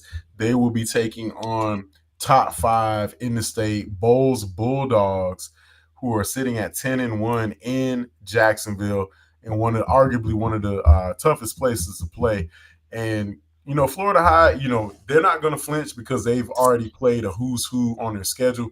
But man, it'd be certainly be nice to get some of those guys back as they take on the Bowles Bulldogs. They sure could use some help, especially from man. We talked about it. Florida High is really doing overachieving considering who they've lost talent wise this year to injury. But man, it's one of those things where you always go and have to ask, what if, those guys were in the lineup taking on Bowles? But man, a tough draw, taking on the number one team in Class 2A on the road. But I expect the Seminoles to put up a lot of fight. They haven't quit in any game they've been in, and I don't expect them to lay down for the Bulldogs either. Mark, this is another tough team to play. Jacksonville, perennial state champs, uh, always in the hunt. They had a couple of down years, and then came right back up. I mean, this team was playing what 4A at one time, 4 or 5A. Uh, they've been up and down as far as classifications. This is one heck of a matchup just in the playoffs, and it's the kind of team if you could beat them, you could almost assign yourself to go into the state championship because this is a state contender. This is not a pretender. This is a contender. Absolutely, coach, man. The will and determination by Florida High, man. They have faced some top tier talent in their schedule. We broke it down earlier, from Thomas County Central to Hawthorne down in Gainesville, Mosley, who knocked off Lincoln, Madison County, who's about to play Bluntstown. They have faced their fair share of heavy hitters. And this is just, once again, another one. And looking at Bulls and how they play, this is a team that just knows how to win, knows how to play great football, and not just any ordinary great football, great playoff football at that. And, as of lately, too, Bulls has had their success against teams from the Big Bend region, especially those around Tallahassee. We've seen them now in their fair share of matchups. They did play Taylor County a while back, and then they did play Gaston County as well a few years back. So they've had a good record against our local teams around here that we keep tabs on. But also just going in the game with confidence and determination. Like, you can play with these heavy hitters. This isn't anything new to the Florida High Seminoles, and I'm excited to see what they're going to do on the road over there in Jacksonville against Bowles. Yeah, we've seen so many teams just come into Bowles and not being able to pull out that win. It's hard. It's one of the toughest places to play in the state. We saw Gaston County. They took Bowles to the brink. Uh, I believe that was 2019, and it's just, man, it is just one of those where you got to get them out of their building in order to really get a good shot at them. We saw Gaston County. They were able to upend Bowles last year, but they had them at home. And, for Florida High, this is one where, again, the Seminoles really just battle tested, and they're going to need to rely on that to really have a good showing in this game. But, man, tough draw for the Noles as they get 10-1 Bowles. So we'll keep our eyes on that game. Hopefully the Seminoles will be able to jump out and kind of start contesting things. We saw them against Baldwin. If Florida High gets going, they can really, kind of do some damage, but they'll really have to they'll really have to have a very physical game against the Bowles Bulldogs in this one. South Walton, Pensacola Catholic, and this is the rematch that I kind of had my eyes on. South Walton had an opportunity earlier, and Pensacola Catholic, man, it's hard to go out there. We talked about toughest places to play. We've mentioned going into Crawfordville, Wakulla. We've mentioned going into Niceville. Man, Pensacola Catholic right up there. It is hard to go into that building and come out with a win. Uh, Recently, I think only Florida High has been able to come out of there in recent years that I can remember. But for South Walton, this is one where okay, you've done a great job getting in and around some of your scheduling conflicts. You were road warriors last year. Now you're in the playoffs. This is going to be one where you're going to have to go in and take on the bully. But looking at the schedule, South Walton really had an opportunity there before just, man, Crusaders just really turned it on in the second half. And the Crusaders really are a second half team. They took on, I believe they took on, uh, they had an opportunity to take on Godby earlier in the year and pulled away from the Cougars in the second half. And this is kind of one of those where, like, man, you're going to have to play 4 quarters of football in order to really up in them. A 24-13 affair earlier. So I know Coach Tisa is really him and the coaching staff are really dialed in right now because they really want to get revenge. You want to be able to have a second shot at some of your opponents, especially if you lose to them. And I know they're going to be dialed in for this. Mark, the reason these places are so tough to play because they got some pretty good players. And Cruz had an opportunity to coach against them a couple of times and never won. It was a tough go. They always had quality players and quality coaches.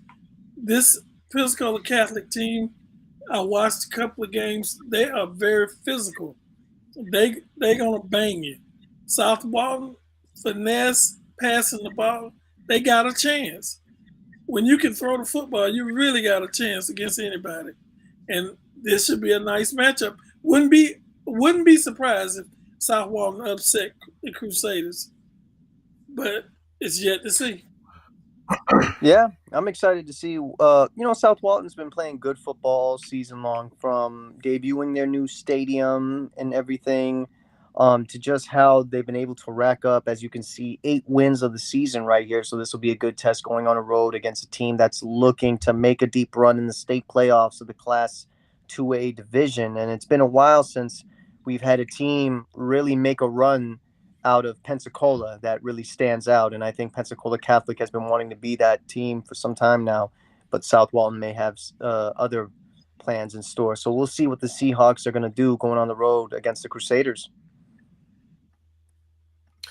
Yeah, I look at how balanced teams play, and that's what South Walton has been. They've been pretty balanced on offense and defense. The passing attack is there. They're one of the the more fun teams to watch in the area, but they're also playing an extremely balanced team against Pensacola Catholic. Uh, Man, when you look at just who they have, Jalen Brown at quarterback, already thrown for 1,300 yards on the year. He's amassed for, I believe he's already thrown for 22 touchdowns in the air. So this is a team that can spread it out, really, really air it out on you. And then on the ground, it gets worse because Ethan Crandall has already rushed for 1,300 yards on the year. So they got 1,000-yard pass, 1,000-yard rusher. Ethan Crandall has already put up 18 touchdowns on the year. That's their offense. You got to pick your poison and figure out who you want to figure out you want to stop these guys. But they've also got, I believe it's Caleb Willoughby on the ground too. They've got a dual-headed attack in the backfield that can really do some damage. And this is how I think Pensacola Catholic has been so lethal in the second half of games. But South Walton gets a great shot at redemption, but they're going to have to do it on the road in Pensacola when they take on the Crusaders. But yeah, I like the Seahawks' chances to be able because they hung pretty tough in the game, but just the second half comeback by Pensacola Catholic was the difference maker. But they'll have a great opportunity again this Friday night at Revenge. Moving on, man, this one I expect to see some high-powered offenses. God be taking on Bishop Kenny in a Class 3A.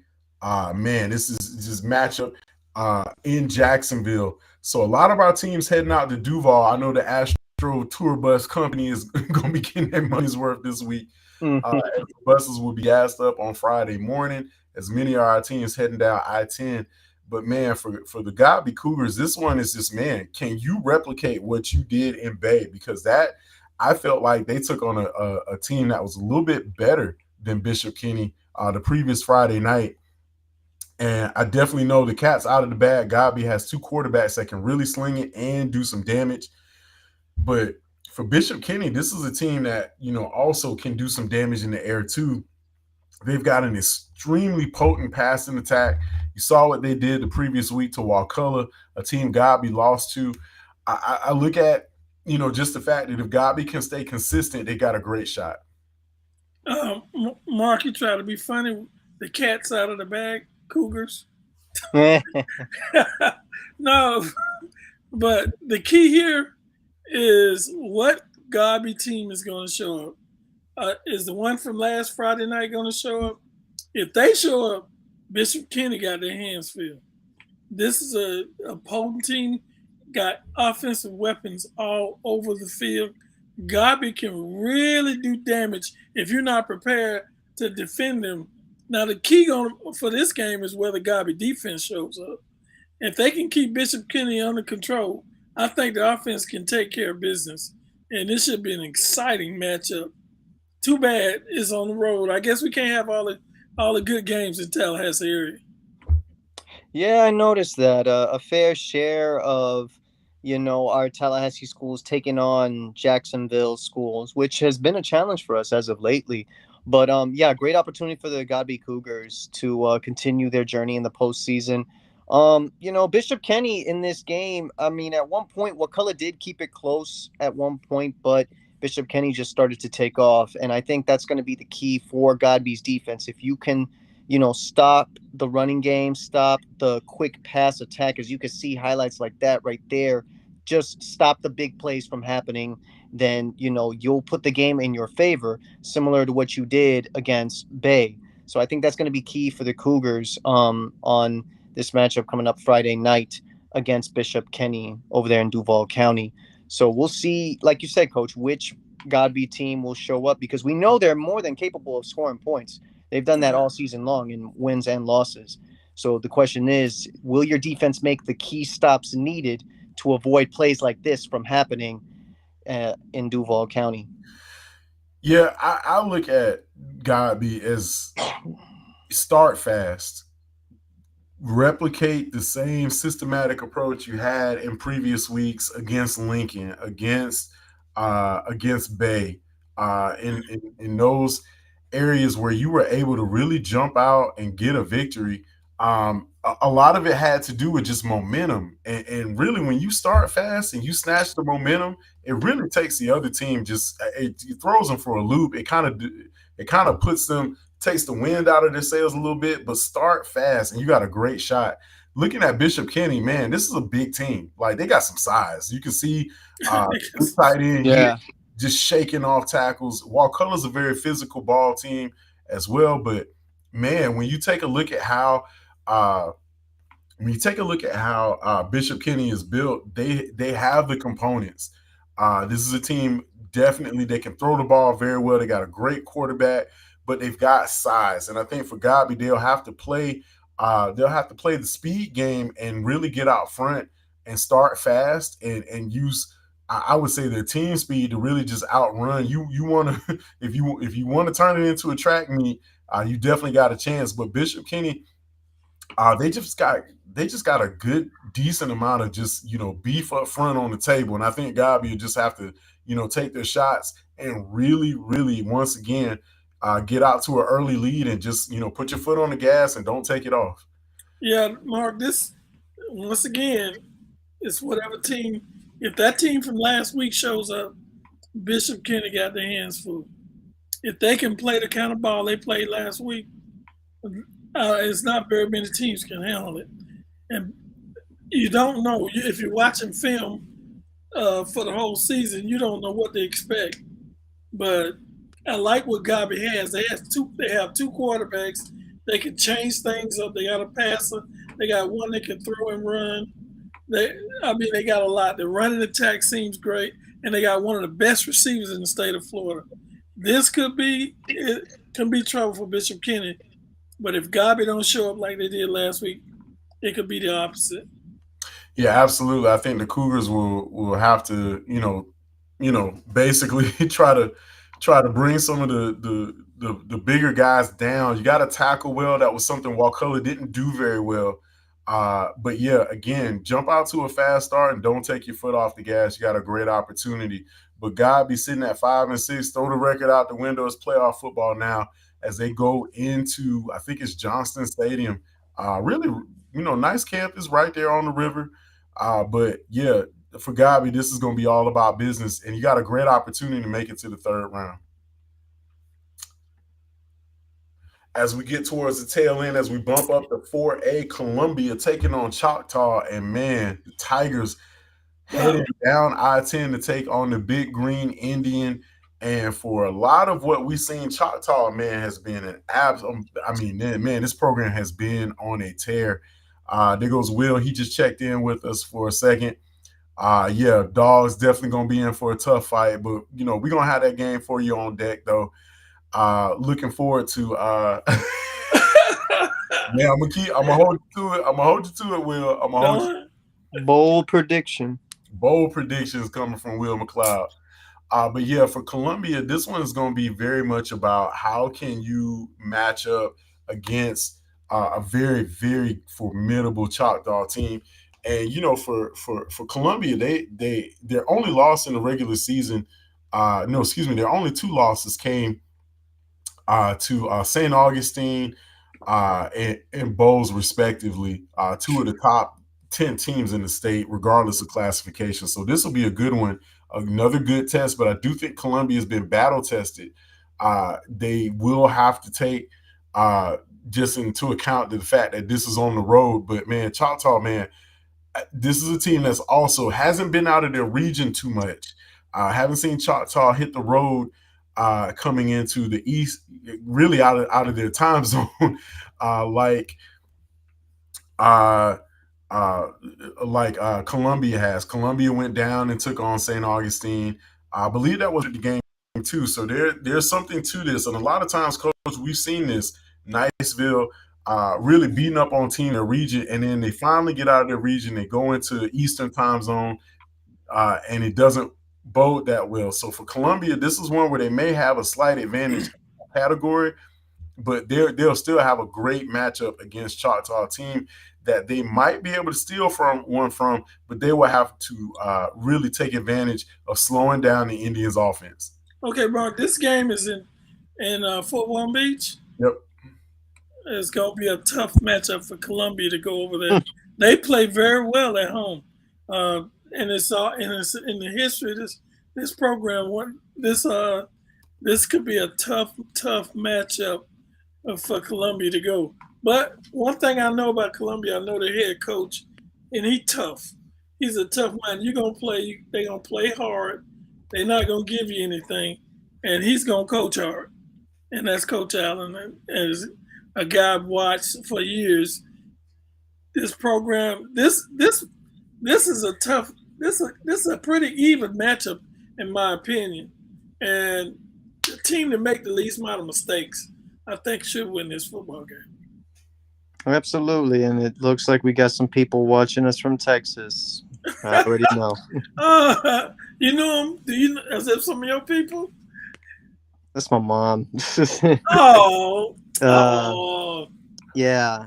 Yeah. Colombia taking on Choctaw.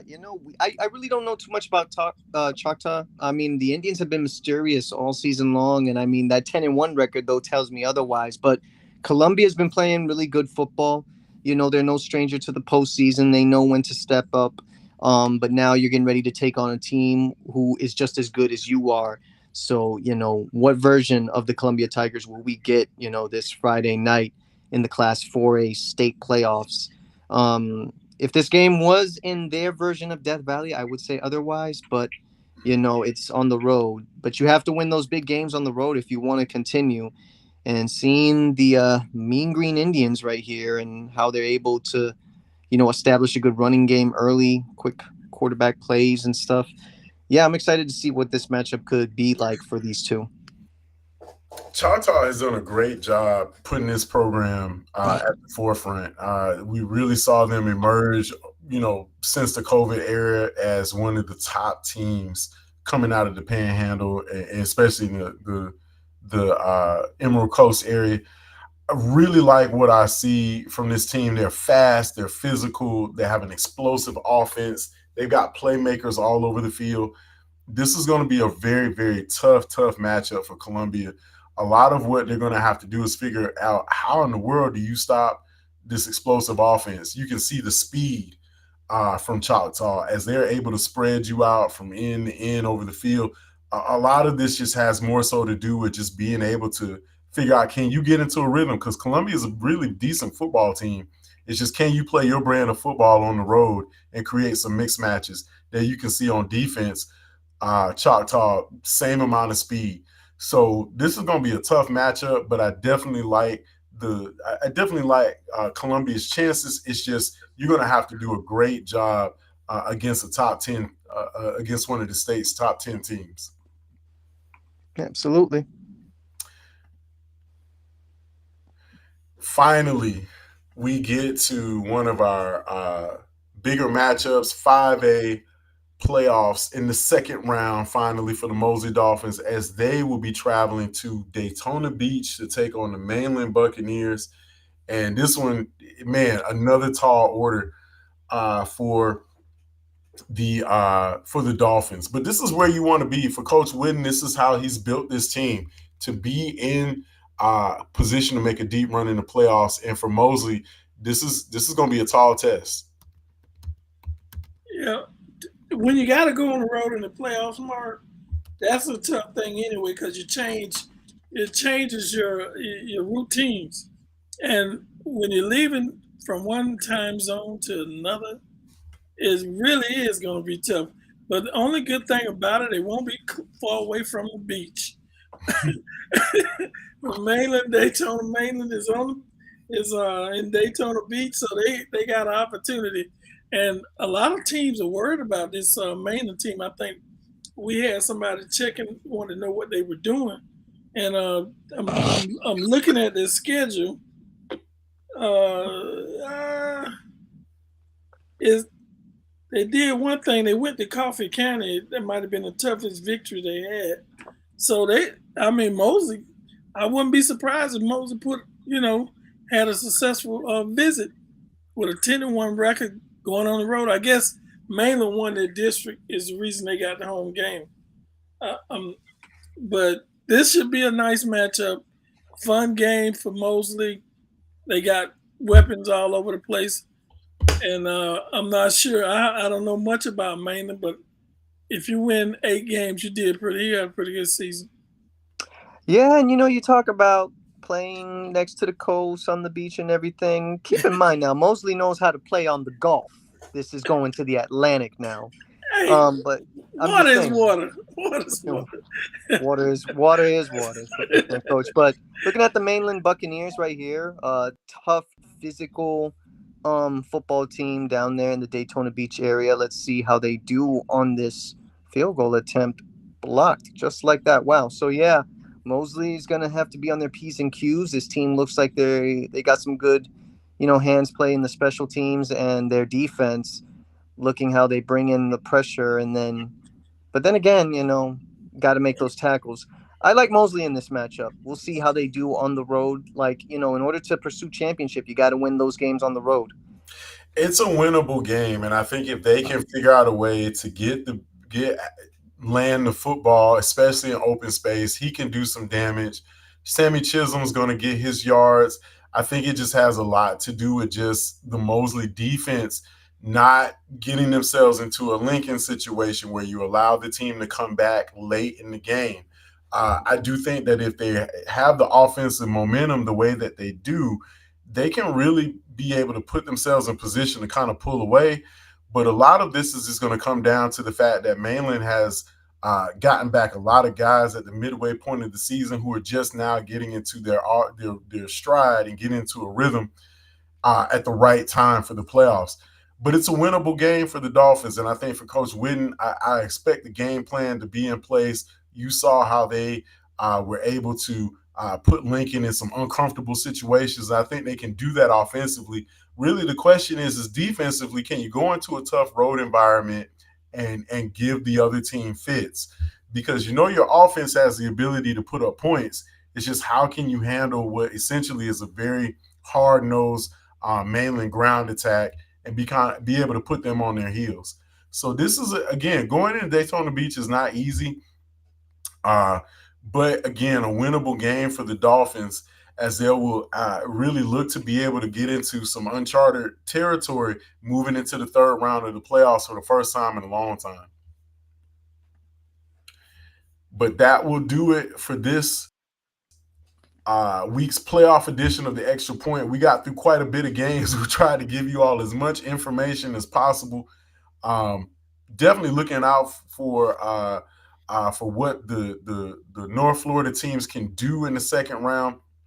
But guys, we're going to be on deck on Thursday and Friday. We've got Childs taking on uh, we've got the Timberwolves taking on Land Lakes, the Gators in the second round of the Florida Invitational Tournament.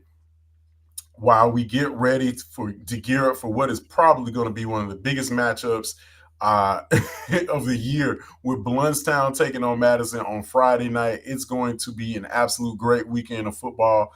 We hope to catch everybody on the NFHS network watching both of those contests.